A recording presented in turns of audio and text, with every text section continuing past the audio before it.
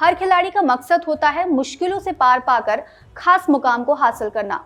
उसके सामने बड़ी चुनौतियां होती हैं, कई बार हिमालय जैसी भी। हिमालय जिसे भारत का ताज कहा जाता है, हालांकि इस पर छोटी सी चूक के लिए कोई जगह नहीं होती है। जहां एक तरफ यहाँ बर्फ और चट्टानों से सामना होता है, तो वहीं कदम कदम पर चैलेंजेस भी होते हैं। कई बार सांस लेना तक मुश्किल हो जाता है, लेकिन इन्हीं चुनौतियों को स्वीकार करने वाला अंत में चैंपियन कहलाता है। हिमालय की ऊंची ऊंची चोटियों पर जीत हासिल करने का एक ऐसा ही अभियान है soul of steel Himalayan challenge. इसे भारतीय सेना और पूर्व सैनिकों के संगठन क्लॉ ग्लोबल ने मिलकर शुरू किया है। भारतीय सेना द्वारा समर्थित सोल ऑफ स्टील अभियान को 14 जनवरी 2023 को देहरादून में क्लॉ ग्लोबल के सहयोग से रक्षा मंत्री राजनाथ सिंह ने लॉन्च किया था। आप शायद सोच रहे होंगे कि आज इस पर चर्चा क्यों।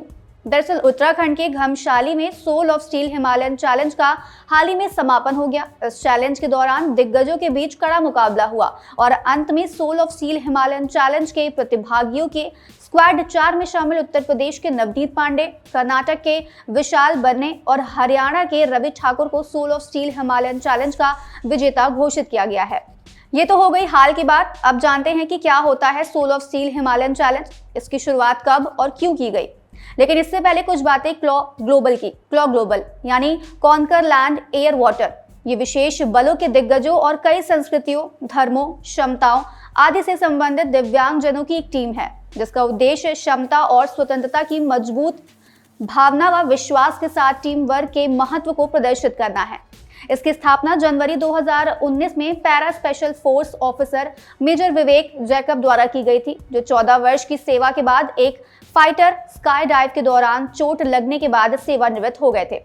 अब आते हैं soul of steel Himalayan challenge पर।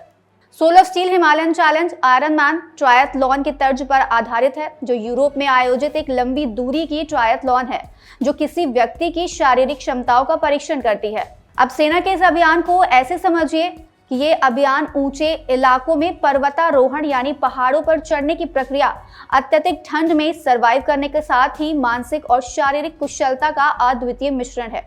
ये चुनौती एक युवा के लिए सैन्य कौशल को सीखने के रास्ते को खोलती है, जो अपनी शारीरिक और मानसिक क्षमताओं को परखना चाहते हैं। लगे हाथ आयरन मैन ट्रायथलॉन क्या है, ये भी समझ लेते हैं।